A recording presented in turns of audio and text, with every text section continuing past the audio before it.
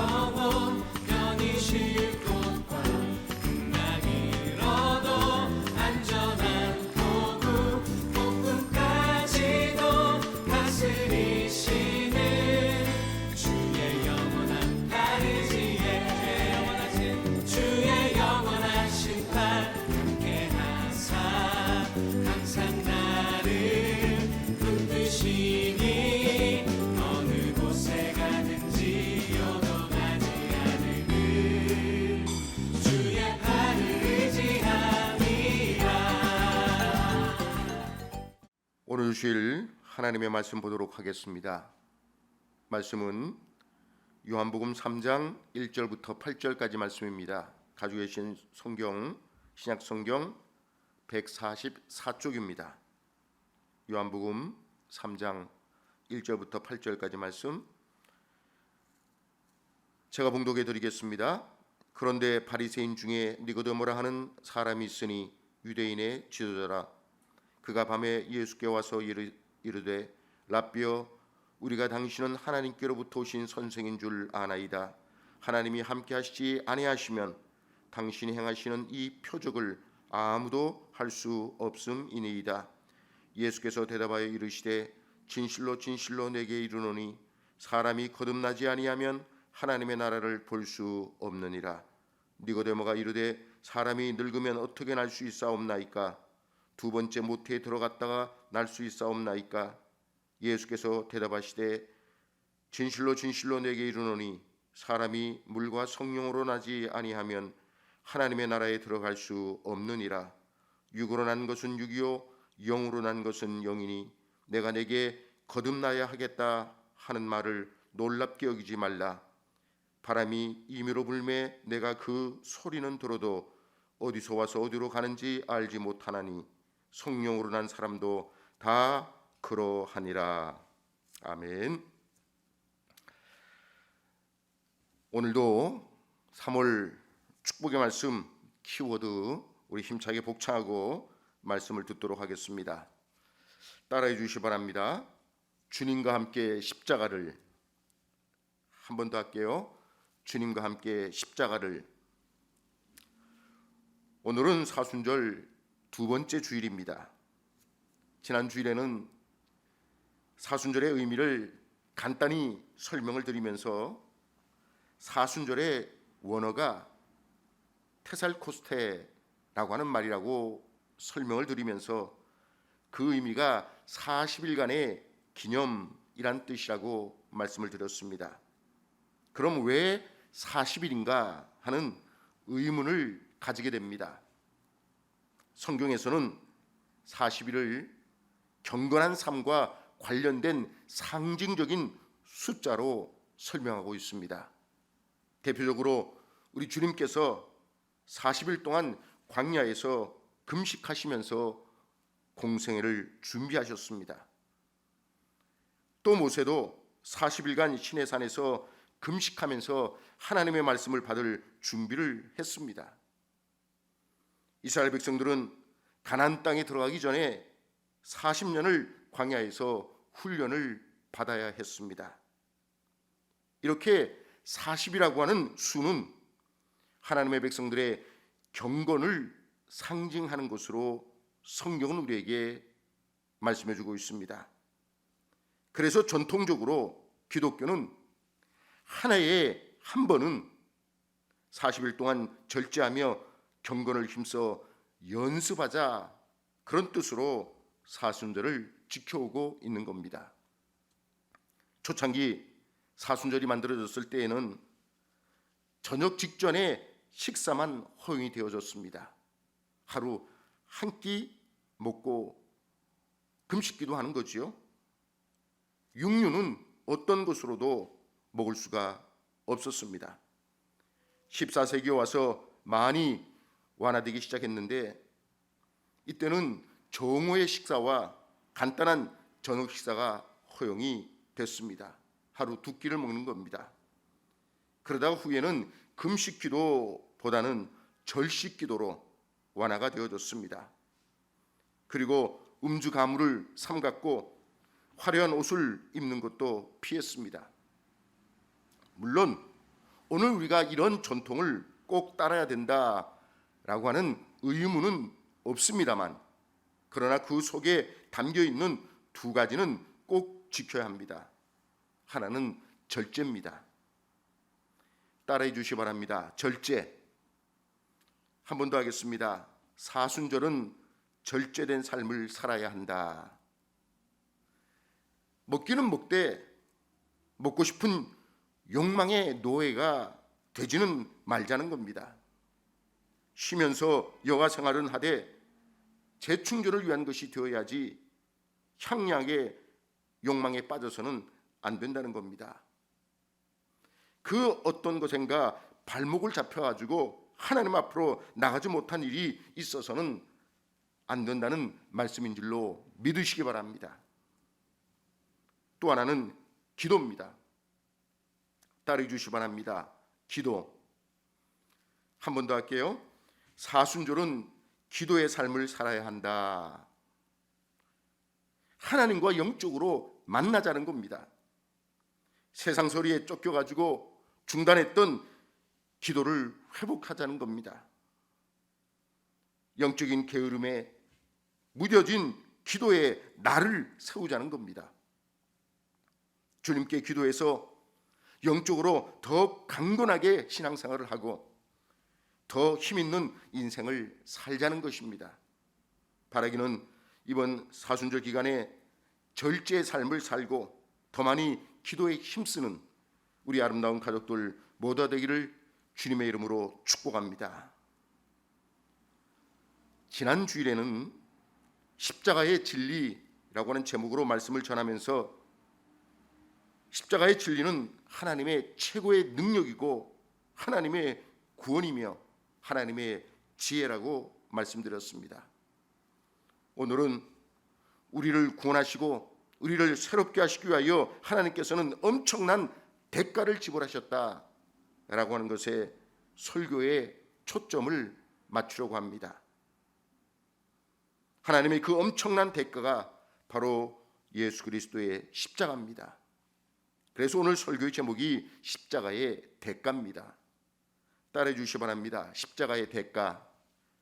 한 번 더 해볼게요. 십자가의 대가. 오늘 본문 내용을 간단히 설명을 드리겠습니다. 예수님께서 예루살렘에 계실 때 어느 날 밤에 유대인의 존경받는 관원인 니고데모라고 하는 사람이 주님을 찾아왔습니다. 유대인의 관원이고 율법의 선생이고 아주 존경받는 사람이었기에 대낮에 당당하게 예수님을 오히려 만나러 올 수가 없었습니다. 왜냐하면 유대인들이 이미 예수님을 이단으로 낙인 찍어버렸기 때문입니다. 그런 상황에서도 니고데모는 예수님을 만나고 싶어서 견딜 수가 없었습니다. 아무리 생각을 해도 예수님께서 하나님께로부터 오신 메시아가 틀림없다, 그렇게 생각했기 때문입니다. 그래서 한밤중에 예수님을 찾아와서 맨 처음 한 말이 이 말입니다. 랍비여. 랍비는 하나님께로부터 온 분이 틀림없습니다. 하나님께로부터 오지 아니하시고야 이런 기적과 이소와 표적이 나타날 수가 없습니다.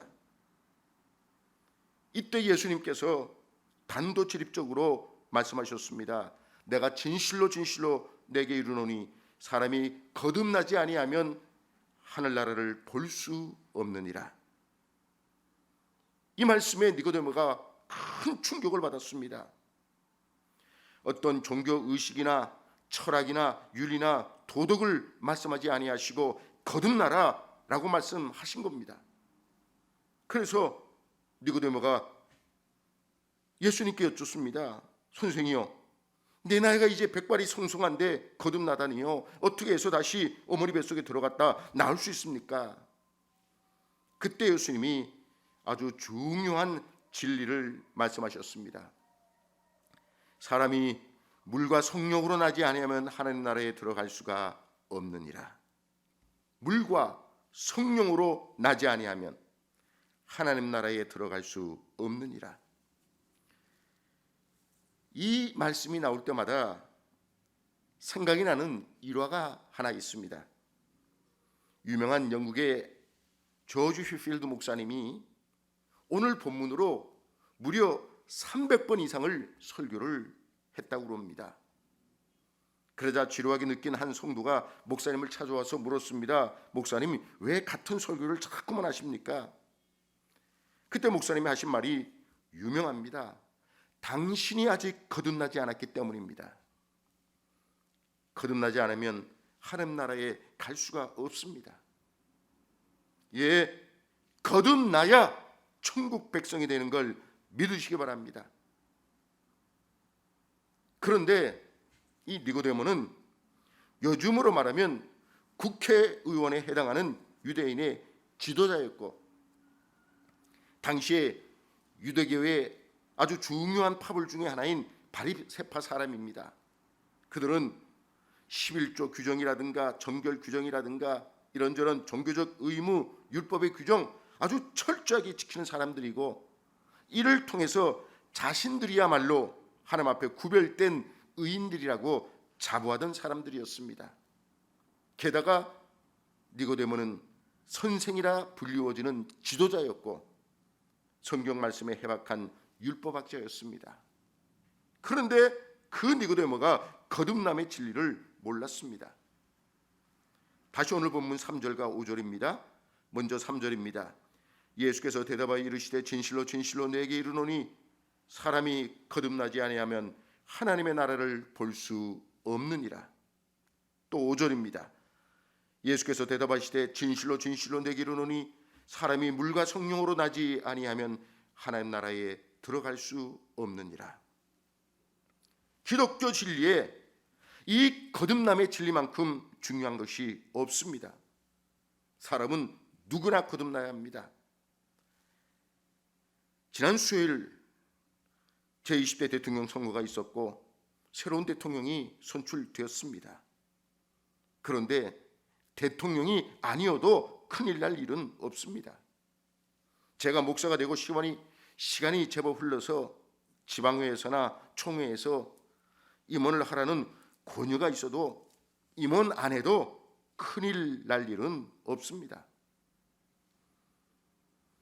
코로나 오미크론에 감염이 되고 안 되고 주식시장의 주식 시세가 어떻게 되는지, 대한민국 헌법 1조가 무엇인지, 인플레이션이 어떤 현상을 가져오고 세금이 어떻게 되고 금리 인상이 어떻게 되는 거 몰라도 큰일 날 일은 없습니다.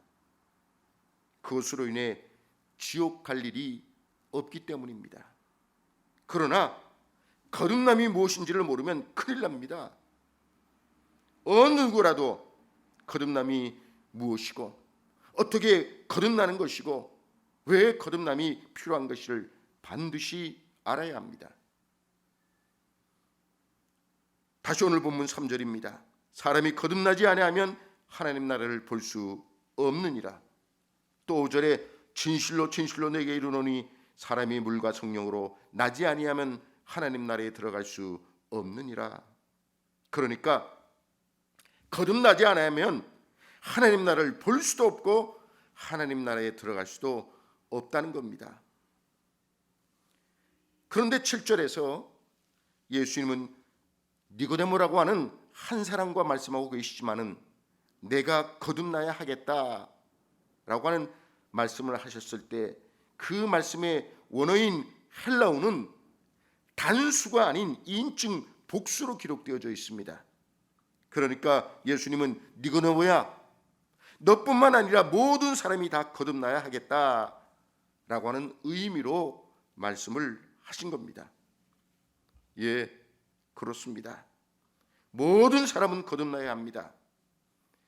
사람이 영생을 얻고 죽은 후에 천국 들어가려면 반드시 거듭나야 하는 걸 믿으시는 저와 여러분 모두 되기를 주의 이름으로 축복합니다.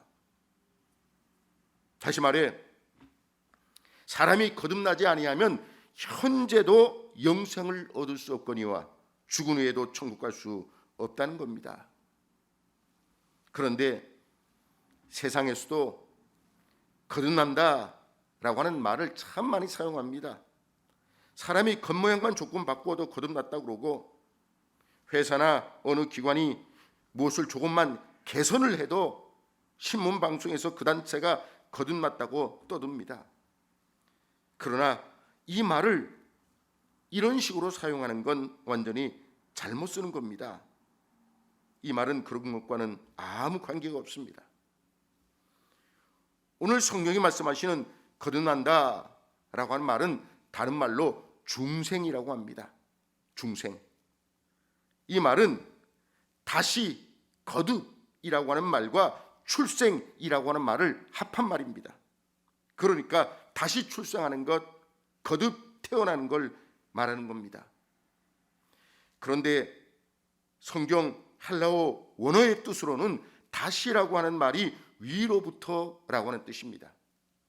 그러니까 거듭난다, 중생한다 라고 하는 말은 위로부터 출생한다 라고 하는 말이 되는 겁니다. 우리가 반드시 기억해야 할 것은요, 거듭남의 본질은 위에서, 하늘에서 라고 하는 겁니다. 내가 노력해서 거듭나는 것이 아니고 위에서, 하늘에서 역사하실 때 거듭날 수 있다라고 하는 말씀인 걸 믿으시기 바랍니다. 본문 6절에 육으로 난 것은 육이요 영으로 난 것은 영이라고 했습니다. 하루에 담배를 2갑이나 피던 사람이 담배를 끊는 것을 거듭났다고 말하고, 매일 술을 퍼마시던 술고래가 술을 끊고 안 마시는 것을 거듭났다라고 말합니다. 틀린 말입니다. 거듭남은 이런 일부분의 변화를 말하는 것이 아니라 온전한 변화, 근본적인 변화를 말하는 겁니다. 근본적으로 죄인인 사람이 의인이 되는 것을 말하는 것이고, 사단의 자녀였던 사람이 하나님의 자녀가 되는 것을 말하는 겁니다. 좀 더 이해하기 쉽게 비유로 말씀을 드리자면, 물이 끓어서 기체가 되고 또 얼어서 고체가 되고 녹아서 액체가 되는 거, 이런 형태만 바뀌는 건 거듭났다고 말하지 않습니다. 물이 포도주로 바뀌어지는 것, 근본이 달라지는 것, 완전히 새로운 성질을 가지게 되어지는 것, 이것이 거듭남의 비밀입니다. 술을 끊고 담배를 끊고 새롭게 바뀌는 것도 꼭 필요하고 중요합니다만, 그러나 정말 중요한 건 근본적으로 바뀌는 것, 완전히 새롭게 바뀌는 겁니다. 그런데 이 거듭나는 일은 너무 신비해서 대부분의 사람들은 그것을 인식하지 못하는 경우가 많습니다. 부지불식간에 일어나는 일이기 때문에 그렇습니다. 마치 어머니 뱃속의 아이가 모태에서 자기가 어떻게 태어났는가를 모르듯이 중생 거듭남은 하나님의 손에서 신비롭게 태어나는 것인 걸 믿으시기 바랍니다. 거듭나지 않으면 현재도 영생을 얻을 수 없거니와 죽은 후에도 천국에 갈 수 없다라고 하는 이 말을 조금 더 생각해 보려고 합니다. 첫째, 죄 사함이 거듭남의 전부가 아니라는 겁니다. 예수님을 영접하면 죄 사함을 받고 용서받은 의인이 됩니다. 그러나 그것이 전부가 아닙니다. 또 신분의 변화가 거듭남의 전부가 아닙니다. 예수님을 구세주로 영접하면 우리는 마귀의 자녀에서 하나님의 자녀로 신분의 변화가 일어납니다. 그것이 전부가 아닙니다. 또 개종이 거듭남이 아닙니다. 개종이란 종교를 바꾸는 겁니다. 불교를 기독교로 바꾸었다고 해서 거듭났다라고 말하지 않습니다. 거듭남으로 가는 길일 뿐인 겁니다. 그렇다면 거듭났다라고 하는 것은 무슨 의미입니까? 다시 태어나는 것, 위로부터 태어나는 것이라고 했습니다. 새로운 생명이 들어왔다는 겁니다. 그러니까 한 사람이 거듭났다라고 하는 것은 새로운 영적인 생명을 받았다라고 하는 의미가 있는 겁니다. 요한복음 1장 12, 13절에 영접하는 자 곧 그 이름을 믿는 자들에게는 하나님의 자녀가 되는 권세를 주셨으니 이는 혈통으로나 육정으로나 사람의 뜻으로 나지 아니하고 오직 하나님께로서 난 자들이니라 라고 말씀했습니다. 하나님의 생명을 받은 겁니다. 하나님의 본성을 받은 겁니다. 아멘. 닭은 꽃기화하고 고양이는 야옹하고 개는 멍멍합니다. 누구에게 배워 그렇게 하고 있습니까? 아무도 가르쳐주지 않았습니다. 닭에는 닭의 본성이 있고 고양이에게는 고양이의 본성이 있고 개에게는 태어나서부터 개의 본성이 있기 때문입니다. 소는 앉았다가 일어설 때 뒷다리부터 일어섭니다. 그런데 말은 앉았다가 일어설 때 앞다리부터 일어섭니다. 아무도 가르쳐주지 않았습니다. 소에게는 태어나면서부터 소의 본성이 있고 말은 태어나면서부터 말의 본성이 있기 때문입니다. 거듭난 사람은 하나님의 영이 임하는 순간에 하나님의 생명을 받게 되어지고 하나님의 본성을 받게 되는 걸 믿으시기 바랍니다. 하나님의 생명을 받기 전까지는 죄를 짓지만 하나님의 생명을 받은 다음부터는 죄를 짓지 않습니다. 이것이 거듭난 상태이고 이걸 거룩의 상태라고 말하는 겁니다. 달걀이 한번 태어나서는 살아 움직이는 닭이 되지 못합니다. 달걀에서 뿅아리로 한 번 더 태어나야 하는 것처럼 사람은 반드시 2번 태어나야 하는 겁니다. 거듭난다라고 하는 것은 2번 태어난다라고 하는 뜻이고 위로부터 새롭게 태어난다는 것을 말하는 겁니다. 그렇다면 우리는 어떻게 거듭날 수 있습니까? 오늘 본문 5절입니다. 예수께서 대답하시되 진실로 진실로 내게 이르노니 사람이 물과 성령으로 나지 아니하면 하나님 나라로 들어갈 수 없느니라. 물과 성령으로 거듭나야 한다라고 했습니다. 성령은 하나님의 영을 말하는 겁니다. 그러니까 하늘나라로 가는 비자는 성령입니다. 그런데 예수님은 물과 성령으로 거듭나야 라고 했습니다. 그럼 물은 무엇을 말하는 겁니까? 물은 씻는다라고 하는 가장 큰 특징을 가지고 있습니다. 특히 구약에서는 씻음이 아주 중요한 의미를 가지고 있습니다. 출애굽기 30장 20절에 그들이 회막에 들어갈 때에 물로 씻어 죽기를 면할 것이요 라고 했습니다. 여기서 회막은 지금의 교회를 의미하는 겁니다. 구약 시대에는 씻지 아니하고 회막에 들어가면 즉시 죽었습니다. 또 에베소 5장 26절에 이는 곧 물로 씻어 말씀으로 깨끗하게 하사 거룩하게 하셨다라는 말씀이 나옵니다. 죄를 씻는 방법은 하나님의 말씀과 주님의 보혈로 씻을 수 있는 것임을 믿으시기 바랍니다. 말씀은 어떤 능력이 있습니까? 히브리서 4장 12절에 하나님의 말씀은 살았고 운동력이 있어 좌우의 날선 어떤 검보다도 예리하여 혼과 영과 및 관절과 골수를 찔러 쪼개기까지 하며 또 마음의 생각과 뜻을 감찰한다 라고 하셨습니다. 또 예수님의 보혈은 죄를 씻으시는 능력을 가지고 계십니다.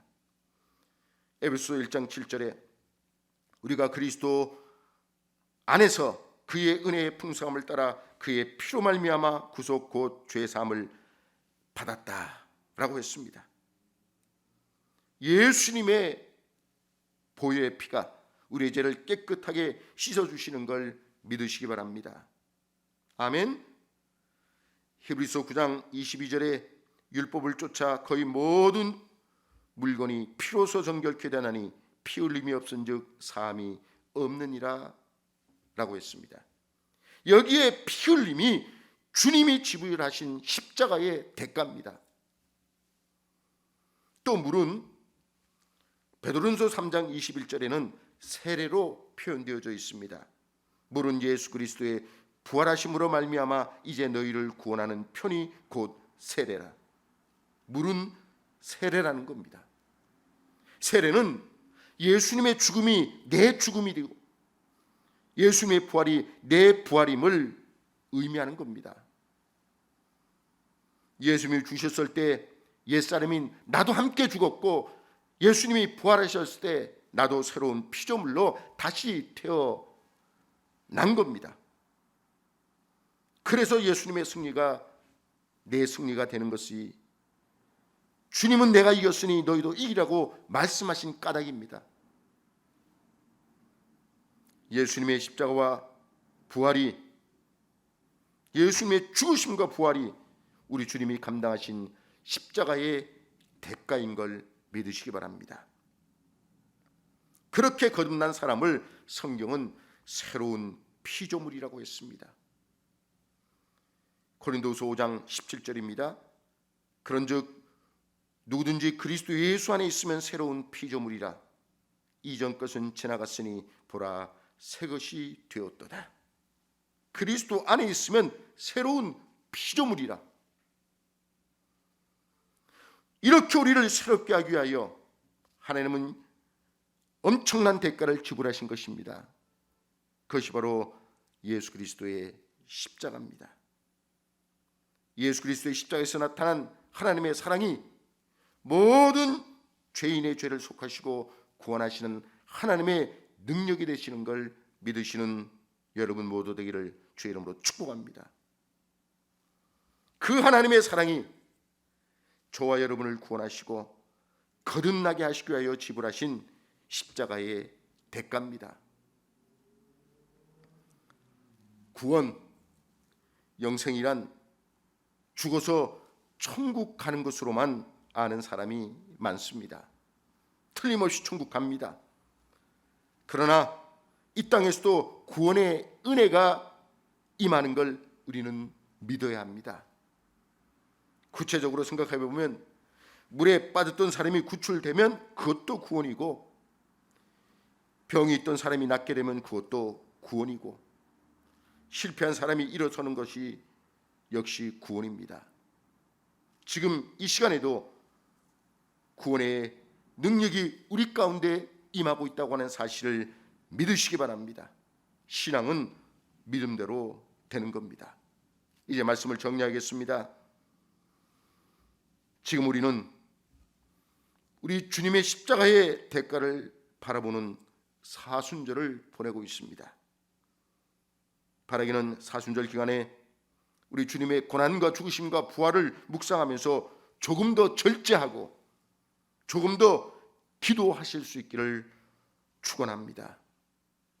사순절을 보내면서 다시 한번 우리 하나님께서 지불하신 그 엄청난 대가, 바로 우리 주님의 십자가를 바라보면서 거듭남, 중생의 은혜를 온전히 누리시기를 주의 이름으로 축원합니다. 따라오고 설교를 마치겠습니다. 따라해 주시기 바랍니다. 주님과 함께 십자가를 한 번 더 하겠습니다. 십자가의 대가. 제가 기도하고 축도함으로 오늘 말씀 모두 마치도록 하겠습니다. 사랑의 아버지 하나님, 오늘도 거룩한 주일 예배하신 하나님의 말씀으로 은혜 받게 하시니 감사를 드립니다. 우리를 물과 성령으로 거듭나게 하시고 천국 백성 삼으시며 하나님의 자녀로 영생을 누리고 새로운 피조물로 주의 영광을 위하여 살아가도록 우리 주님께서 십자가에서 그 엄청난 대가를 치러 주신 것에 감사를 드립니다. 그 큰 사랑으로 사순절을 지나고 있는 우리 아름다운 가족들 모두에게 성령 충만케 해주시어서 십자가의 고난과 죽음과 부활을 바라보면서 십자가의 대가를 묵상하며 조금 더 절제하고 조금 더 기도하는 사순절 기간이 되게 하여 주옵소서. 특별히 기도하옵기는 영생과 천국을 허락하신 아버지 하나님, 이 땅에 살면서 현실 속에서도 우리 주님의 구원의 은총을 누리고 살아가는 아름다운 가족들이 되게 도와 주옵소서. 십자가로 저들을 강건케 해주시고 치료해 주시고 해결해 주시고 부욕케 하여 주옵소서. 믿음으로 십자가를 붙드는 우리 아름다운 가족들을 형통하게 하여 주옵소서. 코로나를 비롯한 모든 질병과 악한 세력에서 지켜주시고 각 가정의 가족들 모두 연로하신 어르신들과 어린아이들까지 우리 하나님께서 책임져 주옵소서. 새로 당선된 대통령 당선인과 낙선한 출마자들 또 이 나라의 민족 모두에게 은혜를 베풀어 주옵소서. 이제는 우리 주 예수 그리스도의 크신 은혜와 하나님 아버지의 극진하신 사랑과 성령님의 감화 감동 멸려 인도 교통하심과 참으로 좋은 은사 주심이 우리를 위하여 십자가에서 치워 주신 그 엄청난 주님의 사랑을 기억하며 사순절 조금 더 절제하며 기도하며 주님께 더 가까이 나아가기를 소원하는 우리 아름다운 가족들 모두에와 저들의 가정과 생업 위에 신음하는 이 지구촌과 이 나라의 민족 위에 이제로부터 영원토록 함께하옵시었기를 간절히 축원하옵나이다. 아멘.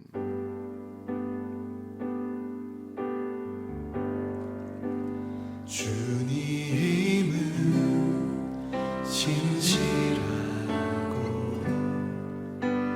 항상 거기 계시네. 주 사랑을 뭐라 할까. 주님은 신실하고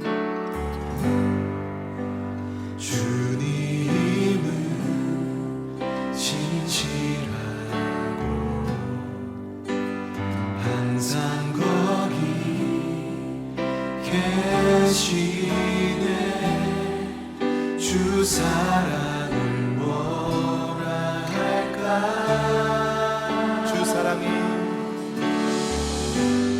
주 사랑이 내 생명보다 귀하고 주 사랑이 파도보다 더 강해요. 세월이 가고 꽃이 시들어도 주 사랑 영원해. 아멘. 주님 사랑 진실해.